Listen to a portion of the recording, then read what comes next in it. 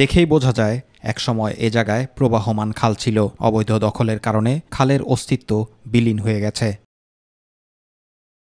কুমিল্লা মুরাদনগর উপজেলার কোম্পানীগঞ্জ থেকে নবীনগর সড়কের একপাশের প্রায় 18 কিলোমিটার লম্বা খালের বেশিরভাগ এখন বেদখল। স্থানীয়রা জানায়, সড়কের একপাশের খালটি বিভিন্ন পথে মেঘনা ও তিতাস নদীর মধ্যে সংযোগ স্থাপন করেছিল।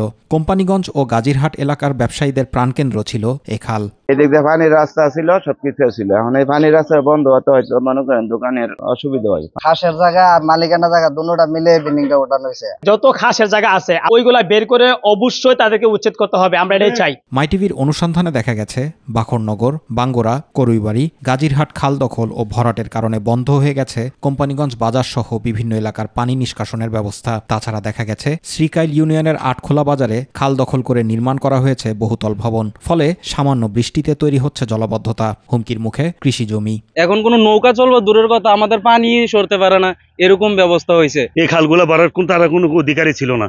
তারা কেন এই খালগুলো ভরছে? এগুলো তারা মনখুশির মতো তারা করছে।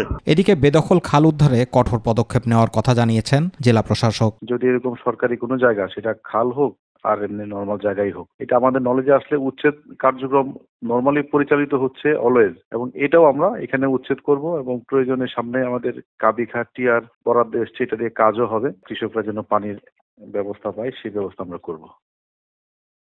জুবার রহমান, মাইটিভি নিউজ।